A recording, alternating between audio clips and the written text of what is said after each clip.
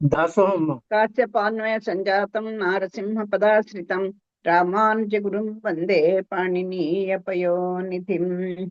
భాగవత సద్గోష్ఠికి సాధారణంగా ఆహ్వానం పలుకుతూ పెద్దలకు దాసోహం సమర్పించుకుంటూ ఈ రోజు మన దశరథుని కోడళ్ళలో మైథిలి గురించి చెప్పుకుంటున్నాం. నిన్నటి నుంచి నిన్న ఆయన తర్వాత విషయాన్ని చెప్తాను, చెప్పే ప్రయత్నం చేస్తాను. ఇది ఇంత దూరం ఈ రామలక్ష్మణుల్ని ఎంతో శ్రమ పెట్టి అడవులమంట నడిపించి బోలెడు వాళ్ళని ఎన్నో రకాలుగా నా అవసరానికి వాళ్ళని ఉపయోగపడేట్టు చేసుకున్నాను. వాళ్ళకి ఆకలి దప్పులు లేకుండా ఎన్నో అతి బల అనేటువంటి మంత్రాలను కూడా ఉపదేశం చేశాను. నా శస్త్రాస్త్రాలు కూడా ఎన్నో ఇచ్చాను. అయినా కూడా ఎన్నో రకాలుగా వాళ్ళని కనిపెట్టినా నాకు ఎక్కడో వాళ్ళ రుణం తీర్చుకోలేకుండా ఉన్నానని చాలా బాధగా ఉంది. ఆ రుణాన్ని నేను ఎలా తీర్చుకోగలను అని జనక మహారాజు తోటి విశ్వామిత్రుడు చెప్తున్నాడు. మిథిలాధిపతి, నేను తలబెట్టిన యాగం నిర్విఘ్నముగా నెరవేరినది. ఈ బిడ్డలనిక మర్యాదపూర్వకముగా వారి ఇంటికి సాగనంపవలను కదా. కౌశకుడే ఈ పనిని స్వయముగా చేయుట నీతి కాదు. రామునితో పంపుటకు తగిన తోడు చూడవలెను. అంతేకాదు, యాగదక్షిణ ఇయ్యవలను. దక్షిణగా ఇయ్యదగిన లక్ష్మి ఎచ్చటనున్నదా అని ఆలోచించుచుండగా నీ మిథిల మనసులో మెదిలినది. ఈ ఇంట వీనికి శాశ్వతముగా ఇచ్చి వెంట పంపగల సిరినిచ్చి వెంట పంపగల కలిమి ఉన్నది. కలిమి అంటే సంపద ఉన్నది. దక్షిణ లేని యాగం వ్యర్థము. అందరూ ఆహా అని పొగడినట్లు నీవు యాగ పరంపరలనెట్లు చేయుచున్నావో నేను ఒక యాగ దక్షిణకే తల పట్టుకొనవలసి వచ్చింది. కిందు మీదులగుచున్నాను.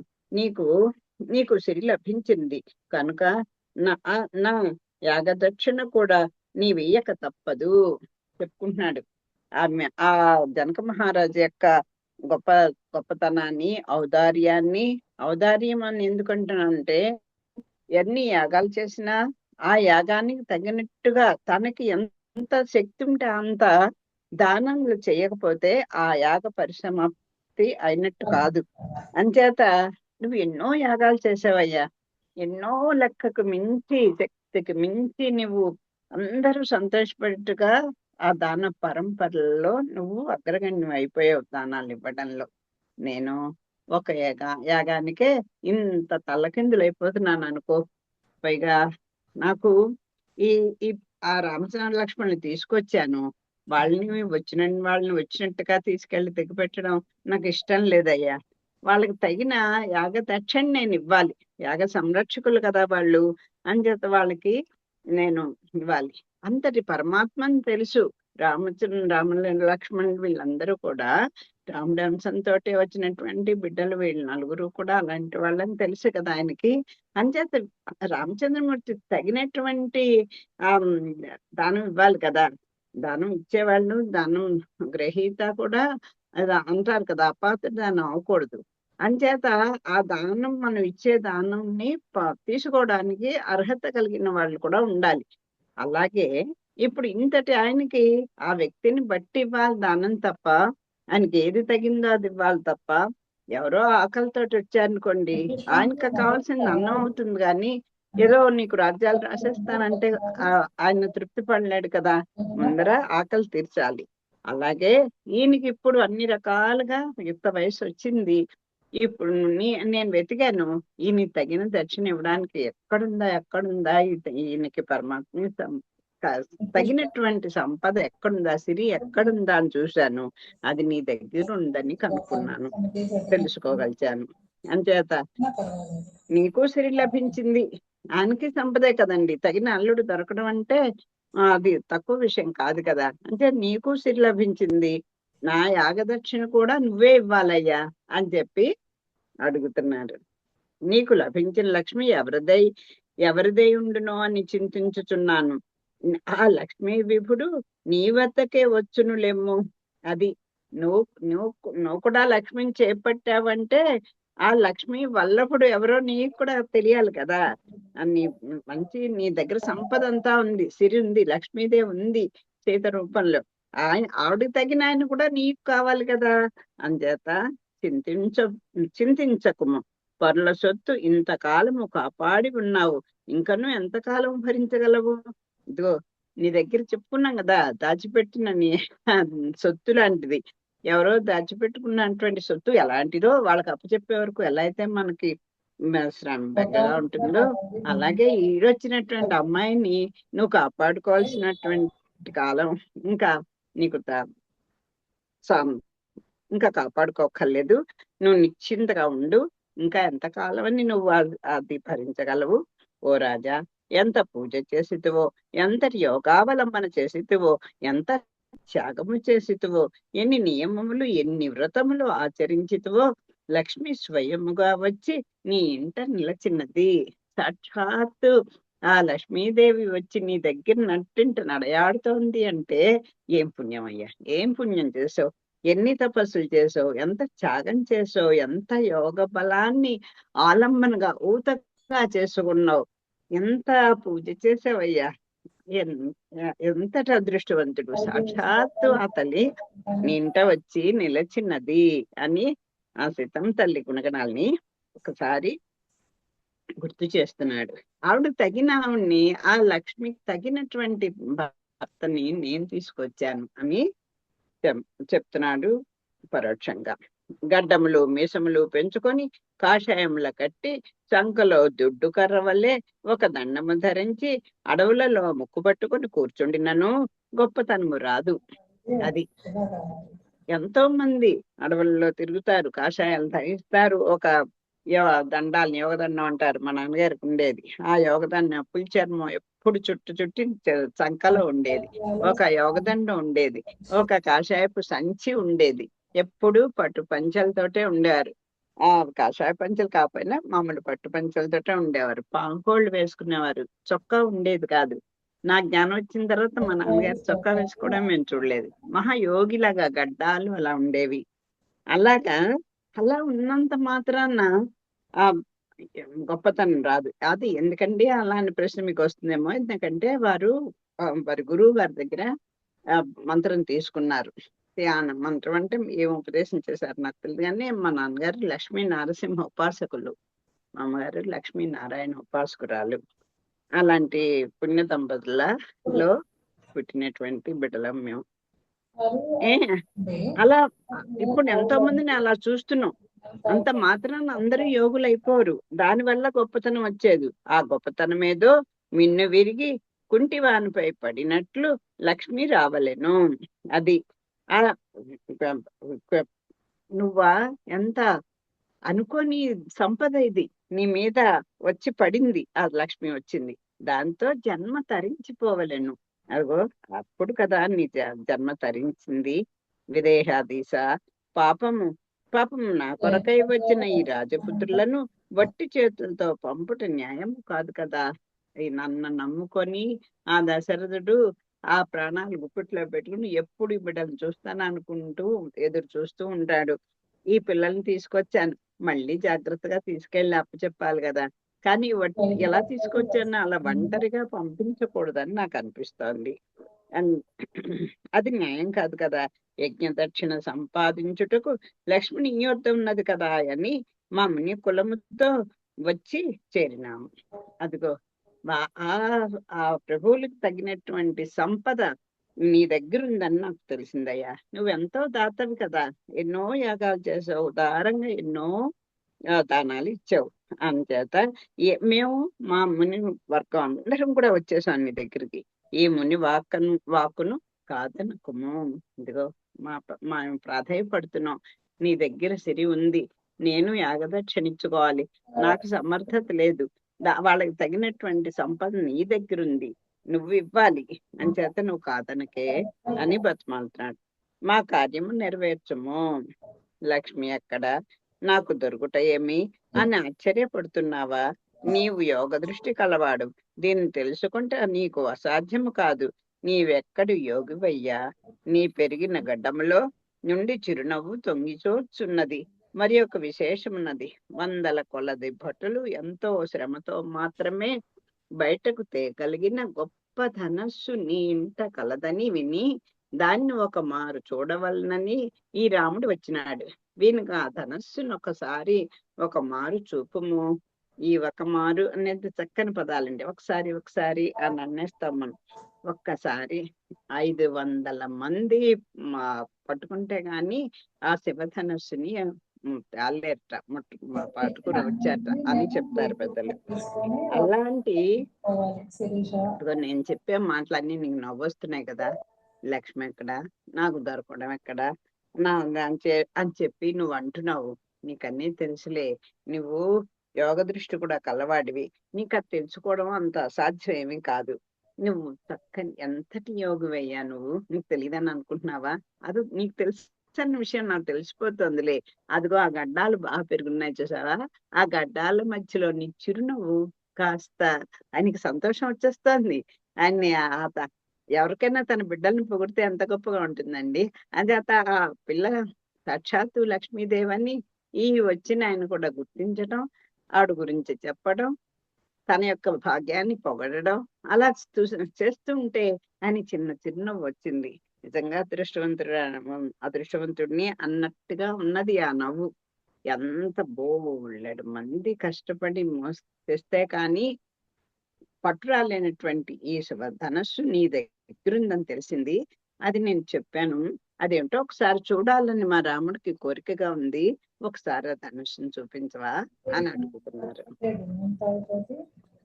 ఈ పసివాడు మా ధనుస్సుని ఎత్తునా, ఇది అసంభవం అని తప్పరించకుము అని పెదవి విరిచేస్తావేమో. ఈ పిల్లాడు చూస్తే ఏ ముట్టుకుంటే కందిపేటుగా ఉన్నాడు. నువ్వు మీసాల చిన్న మా యవ్వనంలో ఉన్నటువంటి చిన్న సుకుమారుడు ఈయన.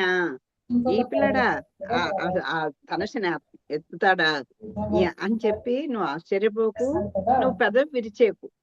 ఈయన వల్ల ఏం కాదులే అన్నట్టుగా నువ్వు అనుకోకు. స్వయముగా ఈ రాముని తండ్రి దశరథ నరేంద్రుడు కూడా ఇదే విధముగా, మునీంద్ర, ఈ పసివాడు మా రాముడు నీ యజ్ఞ రక్ష చేయగలడా అని సప్పరించినాడు. నాయన నువ్వేదన్నా అడుగు, దండం పెడతాను. కావాలంటే నన్ను తీసుకెళ్ళు, నేను నీ యాగ సంరక్షణ చేస్తాను.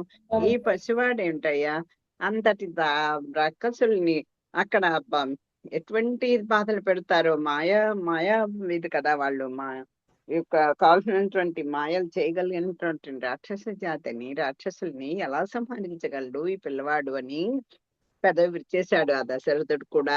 ఈయన విషయం ఏంటో నీకు తెలీదు, ఆ దశరథుడు కన్నటువంటి ఆ దశరథుడు కూడా తెలియలేదు. ఈ బాలుని తత్వమేమో ఎవరెరుగుదురు, ఎవరికి తెలుస్తుంది? ఆ పరమాత్మ తత్వం ఎవరికి తెలుసయ్యా? అహం వేద్మి, నాకు తెలుసు అన్నాడా ఈయన విశ్వామిత్రుడు. కానీ నేను గుర్తించి తిని ఆత్మ దర్శనం మాత్రమే ప్రధానమని యోచించు వారికి ఈ విధమైన రహస్యములు అంతుపట్టునా. ఇదిగో ఆత్మ సాక్షాత్కారము, ఆ భగవంతుణ్ణి సాక్షాత్కరించుకున్న మహాయోగులకి ఆ ఊరికే రేఖామాత్రంగా అలా దర్శనమిస్తాడు. అంచేత నాకు తెలుసు అని నేను చూశాను ఎక్కడ చెప్పట్లేదు, నాకు తెలుసు అంటున్నాడు ఈయన. అంచేత అది మామూలు వాళ్ళకి ఏం తెలుస్తుంది ఇలా చెప్తేను అని అంటున్నారు. కానీ ఆ ఆత్మ దర్శనం మాత్రమే ప్రధానమని యోచించు వారికి ఈ విధమైన రహస్యములు అంతుపట్టున. రాజా, ఈ గాధినందనుకి పూర్వజన్మల సంబంధమైన శుభం ఏదియో ఉండి దానికి దైవకృప తోడ్పడినది. ఇక ఏమి కావాలను? జన్మ ధన్యమైనది. ఇదిగో నాకు తెలుసు అని అంటున్నాను అంటే ఇది నా గొప్ప కాదయ్యా. చూడండి విశ్వామిత్రుడు అంతటి వాడు ఏం మాట్లాడుతున్నాడు. ఎప్పుడైనా అదే కరెక్ట్, అలాగే మనం భావించాలి. ఏదైనా ఒక చిన్న ఆలోచన, మంచి ఆలోచన మనతో వచ్చిందంటే, ఒక సత్పురుషులతో సాంగత్యం మనకు వచ్చిందంటే, అదిగో నాకింత ధనం ఉంది కనుక, నాకింత పేరుంది కనుక, నేను ఇంత విద్యావంతుడిని కనుక నన్ను ఆశ్రయించుకొచ్చారు అని మాత్రం ఎప్పుడు మనం తలచకూడదు. ఏమంటున్నారు? ఏదో ఏ జన్మలలో ఏ కొంచెం పుణ్యం చేసుకున్నానో అది ఆ సంబంధం నాకు ఈ భగవత్ తత్వాన్ని తెలుసుకునేటువంటి శక్తిని ఇచ్చిందయ్యా. అదే దానికి తోడు పెద్దల యొక్క కృప అంటాం, అలాగే దైవ కృప రెండూ కలిసాయి నాకు. ఆ కలవడం చేత నాకు ఈ ఇది నాకు పరమాత్మ తత్వం తెలుసుకోగలుగుతున్నాను. ఇంకా నాకు ఇంకేం కావాలి? నా జన్మ ధన్యమైనది. లోకములో ఆత్మదృష్టి సంపాదించవలనన్న కోరిక హెచ్చుగా ఉండను.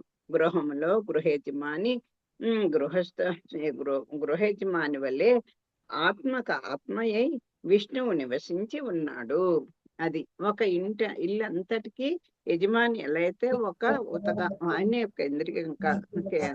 కేంద్రీకుడై అయి ఉంటాడో, ఈ కుటుంబం అంతా కూడా ఆయన మీద ఆధారపడి ఉంటుంది. అలాగే ఈ సకల విశ్వంలో ఉన్నటువంటి మొత్తం చరాచర ప్రపంచంలో ఈ అచిత్తులలో అంతటికి ఆ పరమాత్మే ఆత్మ అయి ఉంటాడు.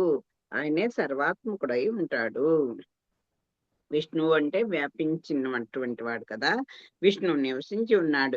దీన్ని అందరూ గుర్తింపజాలరు. అణువు గుర్తింపగలిగాడు, చెప్పగలిగాడు. ఇక్కడ నువ్వు ఎక్కడ కావంటే అక్కడ ఉన్నాడని చెప్పగలిగినటువంటి చిన్నతనంలోనే ఆ ప్రహ్లాదుడికే దక్కింది కదా. అది అందరూ గుర్తింపజాలరు. పరంధాముడు పరమాత్మయు అయిన విష్ణు భావన చైతన్యం లేని వారికి సత్యము కనిపించదు. మరి ఎలా తెలిసిందండి? నిన్నే విన్నాను, ఈ ఎవరు తలసాయి గారి ఉపన్యాసంలో భారతంలో చెప్తారు, సంజయ్ రాయబారంలో ధృతరాష్ట్రుడు అడుగుతున్నాడు, ఏమయ్యా ఆ సంజయ, నువ్వు కృష్ణుని చూస్తున్నావు, నేను కృష్ణుని చూస్తున్నాను, నీకు ఆయన పరమాత్మ కనిపిస్తున్నాడు, నాకు పరమాత్మ కనిపించడు, ఎందుచేత అని అడుగుతాడు. ఎందుచేతంటే నేను ఇదిగో ఈ ప్రపంచంలో ఈ కనిపిస్తున్నటువంటి ఈ ప్రకృతిని నేను ఆరాధించను. అదేంటండి? అది ఆశ్చర్యం కదా. ప్రకృతిలోనే ఉంటూ ఆ ప్రకృతిలాగే మార్పు చెందుతున్నటువంటి ఈ జీవుడు కూడా ప్రకృతితో సంబంధం లేదు అనడంలో ఇది లేదు కదా. అంటే ఏమిటి? ఉండనని కాదు, ఇక్కడే ఉంటూ సర్వభూతాలలోను సర్వ అణువులోనూ పరమాత్మను గుర్తించగలిగినటువంటి శక్తి నాకు ఎక్కడొచ్చిందంటే, నేనేం ముక్కు మూసుకొని తపస్సులు చేయట్లేదు. అణువులోనూ నేను చేసే ప్రతి చిన్న పనిలోనూ ఆలోచనలోనూ అంతటా కూడా రుజుత్వంగా మనసా వాచ కర్మణ భగవంతునికి సంబంధించిన పనే, భగవంతునికి సంబంధించిన మాటే, భగవంతునికి సంబంధించిన ఆలోచనే నేను చేస్తున్నాను. అంతేత నాకు అంతటా పరమాత్మే కనిపిస్తున్నాడు. నువ్వు అలా చేయట్లేదు. అలాగే విదితమైనటువంటి ఏది చెయ్యాలి, కృత్యకర్మ అకృత్యకర్మలు ఏమిటి అనేది గుర్తించి వాటిని నేను ధర్మబద్ధంగా ఆచరిస్తున్నాను అని ఎంత చాలా చక్కగా ఉంటుందండి. అలాగా పెద్దలు చెప్తున్నారు. అది అందుచేత నేను తెలుసుకోగలుస్తున్నాను, ఆ పరంధాముడు పరంధాముడు పరమాత్మయునునైన ఆ విష్ణు భావన చైతన్యము ఏమీ చలనం లేకుండా పడి ఉంటామండి. మనకి ఏమీ చైతన్యం ఉండదు. ఎవరో ఆ స్వామిని గురించి చెప్తూ ఉంటారు, అంటూ ఉంటారు, వింటూ ఉంటారు, అది చూడండి అని మనకి చెప్తారు. ఏం చెప్పినా మనం ఇదెవరు? అక్కడే దుర్యోధనుడు కూడా ఉన్నట్ట, గాంధారి ఉంది, వ్యాసుడున్నారు, అందరూ ఉన్నా సరే మరి ఆ దుర్యోధనుడికి అందరూ ఉపదేశం చేస్తారు ఆఖరికి. చేస్తే మరి దుర్యోధనుడు ఎందుకు దీనికి రెస్పాండ్ చైతన్యం లేకుండా అయిపోయాడు అంటే, అదిగో వాడి కర్మ పరిపాకం అంతా కూడా కుట్టలయ్యి ఈ వితబోధుల కంటే అది కొండంత రాశిగా ఉంది. అంచేత ఎక్కదు కదా. తేరి మూర్ఖుల మనసు రంజింపరాదు అన్నట్టు అయిపోతున్నాం మనం. అంచేత అలాంటి వాళ్ళకి భగవతత్వము తెలియదు. భూపతి, నీవు భూత వర్తమాన భవిష్యత్తులు నెరింగిన వాడవు. ఆ జనకరాజా, నువ్వు జరిగినవి, జరుగుతున్నవి, జరగబోయేవి కూడా అన్ని కూడా నువ్వు తెలిసిన వాడివి. భావనాశీలివి, గుణవంతుడు నువ్వు. అది నువ్వేమో అలాంటి వాడి. భావనాశీలి గుణవంతుడు నాకు శతానందుడు నీకు పురోహితుడే ఉన్నాడు. అదండి, ఇది ఇంతకన్నా చాలా ముఖ్యమైన ఇదన్నమాట.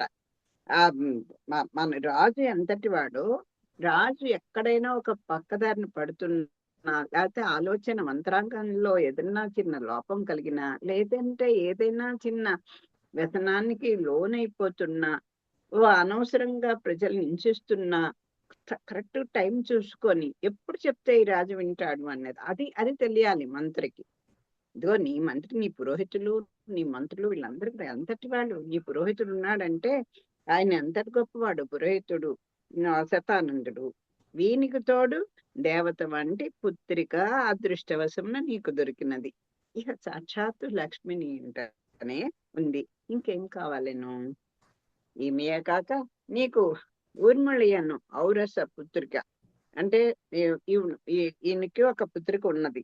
ఎవరు? కన్న కూతురు కలదట కదా. నీకు ఒక ఊర్మిళ అనేది ఒక ఔరసపుత్రుడు. ఔరసపుత్రుడు అంటే మరి పెంచుకున్నావుడో ఎవరో నాకు తెలియదు ఆ విషయం. ఉన్నదట కదా. కర్మవీరుడు కుశధ్వజముగా స్వీకరించిన వాడు నాయన కుశధ్వజుడు నీ తమ్ముడు కదా. అతడును పుత్రికలు కలవాడే కదా. ఇదిగో అంటే ఇప్పుడు ఇప్పుడు నలుగురు వచ్చేసారు చూడండి. ఈయనకి ఊర్మిళ అనే ఆవిడ ఒక పుత్రిక ఉన్నది, ఒక ఆవిడ. సరే, సాక్షాత్తు సీత జానకి అక్కడే ఉన్నది. తర్వాత ఈ కుశధ్వజుడు నీ తమ్ముడు ఒక ఆయన ఉన్నాడు, ఆయనకు కూడా ఆడపిల్లలు ఉన్నారని తెలిసింది. ఈ విషయంలో తర్వాత తొటించుకొనవచ్చును. సర్లే, వాళ్ళందరి విషయం తర్వాత నేను మాట్లాడతాను. నా రాజా, అదిగో పొద్దు కుంకుచున్నది. ఏ సమయమున చేయదైన కర్మ ఆ సమయముననే చేయు నిష్ట కలవాడు. చూడండి, ఎంత మాటల్లో పడిపోయినా సరే సంధ్య వార్చుకోవడము, త్రిసంధ్యలు చేసుకునే వాళ్ళు సాయంత్రం అయిపోతుంటే అమ్మో సంధ్యావందనం టైం అయిపోయింది, కాసేపు కూర్చోండి అని చెప్పేసి వెళ్ళిపోతారండి. అది అది కదా, నువ్వు ఏ సమయానికి ఏ పని చేయాలనేటువంటి, ఏ కర్మని ఆచరించాలి అనేటువంటి నిష్ట కలవాడి నువ్వు. నీకు ఇప్పుడు చేయదగిన వైదిక కర్మలు కలవు. నీకు అన్ని అలాగా టైం టేబుల్ ఒకటి ఉంది. ఇక నేను కర్మను సేవగా మార్చి ఈ కౌశకుడు ఇప్పుడు కాలము గడుపుతున్నాడు. నేను ఆ విహిత కర్మలు కాదయ్యా, సేవ చేసుకుంటున్నాను నేను ఇప్పుడు. అది నా రాజేంద్ర, కర్మయోగికి చాకిరి బారెడు, ఫలితము బెత్తుడు. అది నీకు, నువ్వేమిటి ఇప్పుడు, నువ్వు కర్మయోగివి. నీకు కర్మయోగి ఎప్పుడు చాకరియే కదా. ఆ నిరంతరం తన కర్మను తాను ఆచరిస్తూనే ఉండాలి. అది మళ్ళాగా పోస్ట్ పోన్ చేసే అలవాటు ఆయనకి లేదు, ఎవరికి? దశరథుడికి. ఆ కర్మయోగికి ఎప్పుడు ఫలితం గురించి ఆలోచించాడు. ఫలితం పెద్దది వస్తుందో బెచ్చడే వస్తుందో అది దైవాధీనం. ఆ సేవా వ్రత పరుడే పుణ్యము చేసుకున్నవాడు. నీకు చెప్తున్నాడు, నువ్వు ఎంతో కష్టపడతావు, నిరంతరం గొడ్డులాగా కర్మ చేస్తూనే ఉంటావు. నీకు ఫలితం ఏమో కొంచెం వస్తుంది. నేను సేవావ్రతుని, నాకు పుణ్యము సేవావ్రత సేవావ్రత పరుడే పుణ్యము చేసుకున్నవాడు. అంచేత చేసుకోండి. ఇంతకు పూర్వము నేనును కర్మయోగావలంబన పరుడని. ఈయన కూడా కర్మయోగి కదా, కర్మలు ఎన్నో చేశాడు కదా. విశ్వామిత్రుడు కూడా తను ఒక్కొక్కటి మెట్టి ఎక్కుతూనే ఆ తపస్సులోనే గడిపేశాడు కదా. ఎంతో కాలము తపస్సులో గడిపి తిని ఫలమే మాత్రము పొందకపోయి తిని. నేను కూడా నీలాగే అలా కర్మయోగిని కానీ ఉన్నాను, చేశాను, కానీ ఫలం పొందలేకపోయాను. నా మనసింతలో రామసేవకు పూనుకున్నది. అది అంటే యజ్ఞయాగాదులు, సేవలు, ఇవన్నీ కర్మలు, ఇవన్నీ ఎన్నో దానాలు, ధర్మాలు ఎన్ని చేసి వీటన్నిటికంటే కైంకర్యమే గొప్పది అని చెప్తున్నారు. చూడండి, ఇక్కడ సేవ అన్నారు. సేవ అంటే ఆ పెరుమాళ్ళు ఎలా ఆజ్ఞిస్తే అలా చేసుకునేది సేవ. ఆయనకి నచ్చినట్టు చేసుకునేది కైంకర్యం అని ఒకసారి చెప్పుకున్నాం కదా. అదిగో అలా రామసేవకు పూనుకున్నానయ్యా రాజా. ఈ రాముడు నన్ను మోహములో పడవేసినాడు. అంటే ఈ రామ దర్శనం నాకైంది. ఈ యజ్ఞాలు లేవు, యాగాలు లేవు, తపస్సులు లేవు, అన్నీ మర్చిపోయి ఈయన యొక్క మోహంలో పడిపోయాను నేను. అంటే నాకు ఇది తప్ప ఇంకా ఇంతటే పొద్దు గడిచిపోతుంది. ఇంకా నాకు ఇంకో దాని మీద శ్వాస వెళ్ళట్లేదు. దీంతో వేళకు నిద్ర లేదు, స్థానము సంజోపాసన సకాలమున సాగుట లేదు.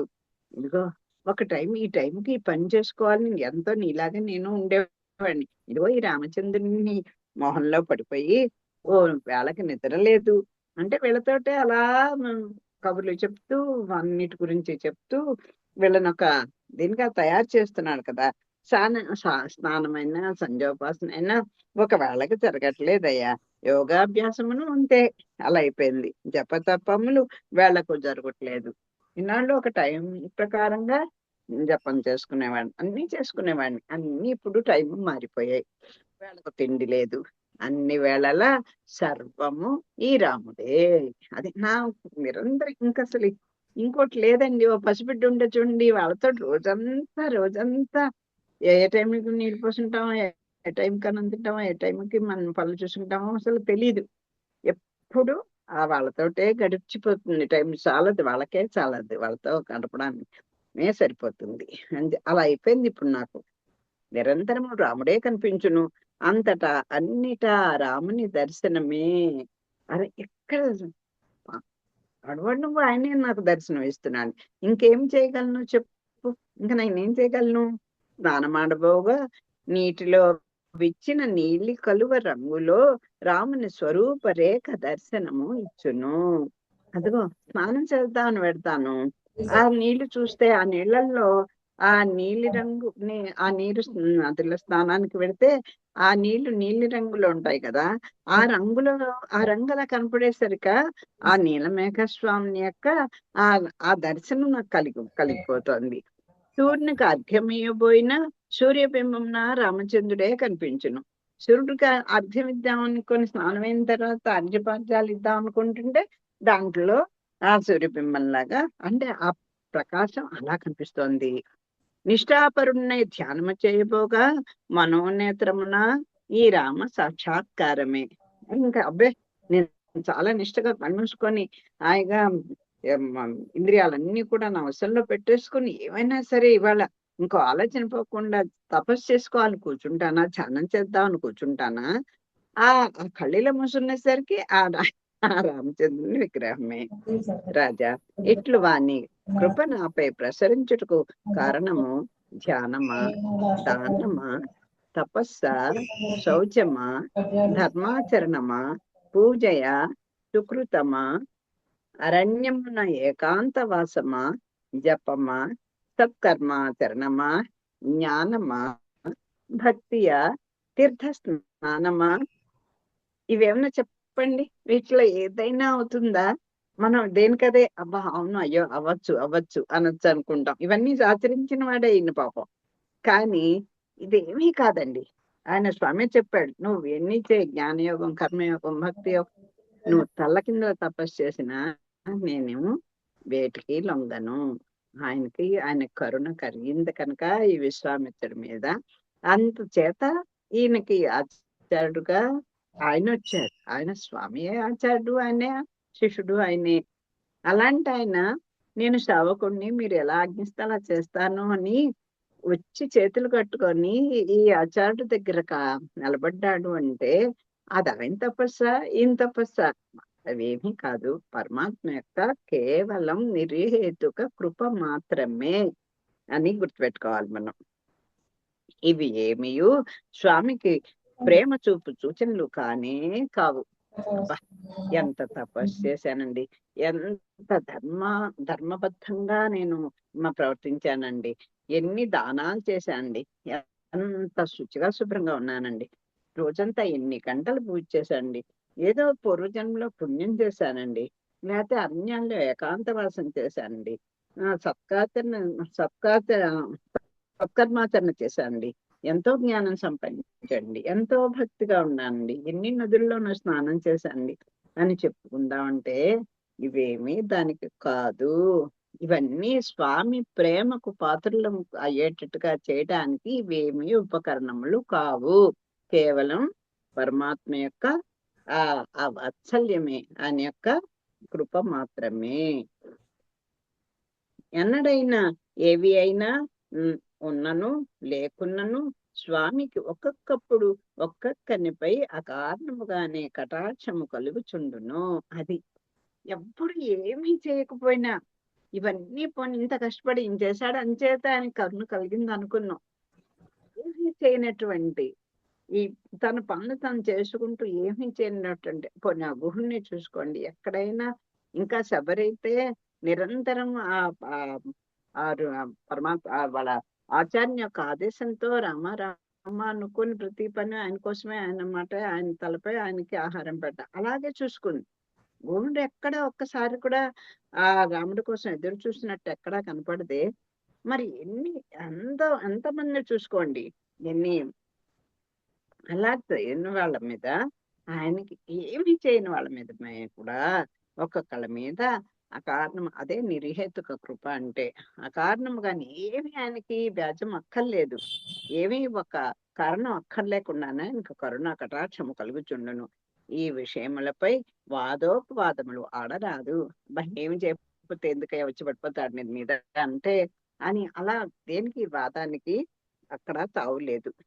తండ్రి బిడ్డపై అతడు ఏమి చేశానని ప్రేమ చూపును చెప్పండి. అది చక్కని ఉదాహరణ చెప్తున్నారు చూడండి. తల్లిదండ్రులు ఉంటారు, తల్లి ఆ పసిబిడ్డని నిద్రపోతుంది. ఎంత పెద్దలు ఒక మాట చెప్తుంటే నాకు ఇలా గుర్తొస్తుంటే, ఆ పిల్లలు పక్కన పడుకుంటారు రాత్రి. ఇప్పుడైతే ఏవో డైపర్లో గిబ్బర్లో ఏవో వచ్చాయి. పాపం పోసేసుకుంటారు. ఆ లెట్రిన్కి వెళ్ళేస్తారు, అంత అలికేస్తారు. ఆ తల్లి బట్టలు అయిపోతాయి, వాళ్ళ బట్టలు అయిపోతాయి, ఆ బంతలు దుప్పట్లు అన్ని మొత్తం దుర్గంధం అయిపోతుంది. ఈ తల్లికి మెళుకు వచ్చేసరికి అబ్బా ఇవన్నీ ఎప్పుడు ఉతుక్కోనరా అని అనుకుంటుందా? అనుకోదండి. ఏమనుకుంటుంది తెలుసా? నాన్న అయ్యో మొద్దు నిద్రపోయానురా, పాపం ఈ ఈ మలమూత్రాల్లో ఎంత నానిపోయావో నాన్న అనుకుంటూ గబగబా ముందర ఆ బట్టలను పక్క పడేసి వాడికి శుభ్రం చేసి వాడికి అంతా క్లీన్ చేస్తుందా చేయదా? అలాగే ఎంత ప్రేమగా పాలిస్తుందండి. ఈ బిడ్డలు పెద్దవాళ్లే, నన్ను చూస్తాడు, పెద్దయ్యాక వీడు మంచి ఉద్యోగం చేస్తే నాకేమో అవ్వకుంటాడు ఇవ్వకుంటాడు, నన్ను చక్కగా నాకు ఆసరా ఇస్తాడు, అలా ఊహిస్తుందండి తల్లి ఎప్పుడైనా.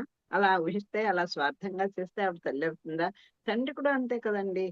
నిరంతరం తనకి తినడానికి ఉన్నా లేకపోయినా ఏదని ఎంత కష్టపడినా ఈ బిడ్డలకి భవిష్యత్తులో వీడికి బాగా చదివించాలి, శక్తి లేకపోయినా చదివిస్తాడు, శక్తి లేకపోయినా మంచి వస్తువులు ఇస్తాడు. ఇప్పుడైతే ఆ కోరికలు ఏదో గుర్రాల్లో పరిగెడుతున్నాయి కనుక ఇప్పుడు కూడా తల్లిదండ్రులు వాళ్ళకి సంతోషపెట్టలేకపోతున్నారు. ఎందుకంటే ఆ బిడ్డలకు తృప్తి అనేది లేకపోవడం చేత. కానీ ఈ తండ్రి ఏమీ లేకపోయినా అంత ప్రేమగానే చూస్తాడు, అంత దానిగా చూస్తాడు. వాళ్ళ భవిష్యత్తు కోసం ఆలోచిస్తాడు, వాళ్ళకి పునాదులు వేస్తాడు. పాపం ఉన్న దాంట్లో కడుపు కాల్చుకుని దాచిపెడతాడు. ఇవన్నీ ఏమన్నా వాళ్ళని ప్రతిఫలం ఆశించి కాదు కదా. అదిగో అలాగ ఉంటుంది పరమాత్మ యొక్క ప్రేమ కూడా. అందరి విషయంలో ఇట్లేనా అను జనసామాన్య చర్చ కాదు. కానీ లోకంలో ఒక్కొక్కరి మనస్సున ఏ కారణం లేకుండగానే పున్నమ నాటి చంద్రుని వల్లే భక్తి సముద్రమును పొంగ చేయును. ఏమన్నా అయితే అందరి విషయంలో ఇలాగే అవుతుందా అంటే, ఎన్నో అందరికీ మాన్యువల్ ఇచ్చాడండి. ఇదిగో నిన్ను చక్కని జన్మిచ్చాను, ఎన్నో జన్మల్లో ఎన్నో పాపిష్టి జన్మలు ఎత్తావు, ఇదిగో నీకు ఇప్పుడు మానవ జన్మ ఇచ్చాను. అన్ని జన్మల్లోనూ ప్రతి జన్మకి ప్రతి చిన్న వస్తువునండి పెద్ద వస్తువునండి అది ఎలా ఉపయోగించుకోవాలో ఒక మాన్యువల్ ఉంటుంది అండి. దాని ప్రకారం నీకు జ్ఞానం ఇచ్చాడు, మానవుడిగా పుట్టించినందుకు నీకు మంచి అవయవాలు ఇచ్చాడు, బుద్ధి ఇచ్చాడు, మనస్సు, నీకు మంచి అనుభవయోగ్యమైనటువంటి ఎన్నో ఇచ్చాడు. మంచి ఇప్పుడు కరెంట్ ఇచ్చాడు, నువ్వు వెళ్ళి దాంట్లో చేపెడతాంటే షాక్ కొడుతుంది. అది సక్రమంగా వాడుకుంటే నీకు అన్ని రకాలుగా నీకు ఆనందాన్ని కలగజేస్తుంది. అలాగా వేదాన్ని నీకు అందించాడు. అవి అర్థం కావట్లేని పురాణాలు ఇతిహాసాలు ఎన్నో ఇచ్చాడు. ఈ వాటిని ఏమి ఉపయోగించుకోలేదు. కొన్ని ఆఖరి తేలిగ్గా ఉంటుందని మంత్రాలు ఇచ్చాడు, నీకు ఒక ఆచార్యుని ఇచ్చాడు, సజ్జన సాంగత్యం చేసుకోని ఆయన అన్నాడు, శమధమాదులను కలిగి ఉండని ఎన్నో చెప్తున్నాడు. అబ్బే అలా మరి చేసిన వాళ్ళని ఒక్కొక్కళ్ళని తీసుకెళ్తున్నారు. నీ పాపం పండే వరకు నిన్ను ఉంచాలి కదా. కానీ ఎంత దుష్టులనైనా సరే ఆయన సృష్టించిన ఆయన్ని వాళ్ళ దగ్గరికి తీసుకెళ్ళడానికి ఆయన ప్రయత్నం ఆయన కర్మ చేస్తూనే ఉన్నాడు స్వామి. ఒక్కొక్కళ్ళ మీద పడుతుంది. పున్నమి చంద్రుడు అందరికీ ఆ సముద్రాన్ని పున్నమి నాటి చంద్రుడు ఎలా అయితే పొగ చేస్తుంటాడే, ఒక్కొక్కళ్ళ మీద ఆ కరుణ కటాక్షం వీక్షణాలు పడి అలా పొంగేట్టుగా చేస్తుంటాడు. అదే చెప్తారు దీనికి, శృతివాక్యాలు కూడా ఎన్నో చెప్తూ ఉంటారు. ఆ పుట్టిన బిడ్డ మీదట ఆ శిశువుతో అయినప్పుడు ఆ బిడ్డ బయటకు వచ్చేసరికి కనుక భగవంతుని దృష్టి కనుక ఆ పిల్లవాడి మీద ఆ టైంలో పడితే వాడు మహాయోగి. అంటే యోగి అంటే సన్యాసి అయిపోతాడు కాదు, అన్ని ఏదో ఒక రంగంలో గొప్పవాడైపోతాడు అని చెప్తారు. అలా ఎవరి మీద దృష్టి పడుతుంది. ఇది ఆ పరంధామని లీలా విలాసము కటాక్షము. ఇటువంటి శుభకామన నాకు లభించింది, అదిగో నాకు దక్కిందయ్యా, నా మీద దృష్టి పడింది ఆయనకి. నేను యాగదీక్ష పూనగా రాక్షసులు దాన్ని విఘ్నం యత్నించిరి. లేకపోతే ఏమిటి, నేను యజ్ఞం చేసుకుంటున్నాను, ఆ మాత్రం ఆ రాక్షస సంహారం చేసుకునేటువంటి శక్తి ఈయనకి లేదా? రామచంద్రముతో సాక్షాత్తు వీళ్ళకి ఆ ఎన్నో రకాలైనటువంటి మంత్రాల్ని తంత్రాల్ని అన్ని ఉపదేశం చేసినటువంటి విశ్వామిత్రుడికి యాగ సంరక్షణ చేసుకోవడం తెలీదా? అలా కాదు కదా, ప్రపంచానికి రామతత్వాన్ని చెప్పాలి. ఈ రామాయణం సాగడానికి తగినటువంటి ఆ సరంజామానంతా కూడా ఈయన కూర్చాలి, ఈయన ద్వారా జరగాలి ఆ పని. అంచేత ఆ ఆ ఈ రామ లక్ష్మణుల యొక్క సహాయాన్ని ఆయన కోరాడు. ఈయన అనుకుంటున్నాడు, మనం మనం అలా అనుకుంటాం, ఇంకోళ్ళు ఉద్ధరించా, అమ్మో నేనున్నాను కనుక, నేను చేశాను కనుక ఆనాడు ఎలా కొట్టుకుపోయాడో, ఈ ఈ రోజు ఇలా ఉన్నాడంటే నేనే కారణం అని మనం అనుకుంటాం. కానీ అది కాదు. ఇదిగో నాకు దక్కిందయ్యా ఈ శుభ కామన, ఇదిగో నాకు దక్కింది అంటే ఈ శుభపరమైనటువంటి ఒక కోరిక నాకు లభించింది, నాకు బుద్ధి పుట్టింది. నేను యాగదీక్ష చేయబోనగా రాక్షసు దాన్ని విఘ్నం చేయ ప్రయత్నించిరి, దానితో వ్యధనందితిని. ఆ బాధ కలిగినప్పుడే కదా భగవంతుడు గుర్తొస్తాడు. చాలా బాధపడ్డాను, నిరాశ కలిగింది నాకు. ఏమిటి ఏమిటి ఎప్పుడు యాగం చేసిన ఇలాగ నన్ను బాధ పెట్టేస్తున్నారు ఈ రాక్షసులు, ఏం చేయాలి ఏం చేయాలని చాలా నిరాశ పొందాను. అప్పుడు చెప్తాడు వెనక, అహ్మేద్మిలో కూడా ఈ పదాన్ని చెప్తారు.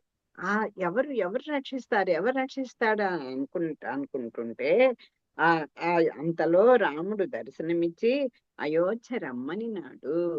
భగవంతుడు నాకు అప్పుడు అయ్యా రామ దర్శనం నాకు కలిగింది, నేను ఉన్నాను కదా నువ్వేం మర్చిపోయావు అన్నట్టు ఆయన నాకు దర్శనం ఇచ్చాడు, ఆయన దగ్గరికి రప్పించుకున్నాడు. కనుకనే వేరొక చోటికి వెళ్ళక అచ్చటికే పోయి తిని. రాముడంతటి పరాక్రమంతులు ఆ రోజుల్లో రాజపుతులు ఉన్నారు, ఎన్నో వేల మంది ఉన్నారు. కానీ భగవంతుడే నాకు కనిపించి, ఆ రాముడే నాకు కనిపించి తన్ని తీసుకొచ్చేట్టుగా చేసుకున్నాడు. అందుకే ఎక్కడికి వెళ్లకుండా డైరెక్ట్ గా అయోధ్యకే వెళ్ళానయ్యా రాజా. అచ్చట అన్యోన్య దర్శనంచే మా మా మధ్య అనుబంధం ఏర్పడినది. అదిగో ఆయన చూసిన చేత అలా వచ్చిందని కాదు, ఈయన ఆచార్యగా వెళ్ళాడు, ఆయన ఎప్పుడు శిష్యుడుగా ఆయన్ని తీసుకుంటున్నాడు. అంచేత అదిగో ఆ పరస్పర దర్శనం, చక్కని శిష్యుడు చక్కని ఆచార్యుడు, వాళ్ళ ఆ ఆ కలయిక నాకు వల్ల, మేమిద్దరం పరస్పరం చూసుకోవడం వల్ల మాకు అనుబంధం ఏర్పడినది. ఆగమము యాగము యోగము దర్శనము అన్నవి మాకిప్పుడు శాస్త్రములు కర్మాచరణముల వంటి పూర్వపు అర్థములనిచ్చుట లేదు. ఆగమము అంటే రావడం, యాగము యోగము దర్శనము ఇవన్నీ కూడా ఈ శాస్త్రాలు కర్మాచరణము అనుకుంటూ ఈ పూర్వపు అర్థాలని ఇవ్వటం లేదు. ఆగమం అనగా అది రావడం. ఏమిటి ఆగమాలు చదువుకుంటారు కదా, ఆగమాలు ఏదో పురాణాలు ఇవన్నీ కూడా ఉన్నాయి కదా, వాటి గురించి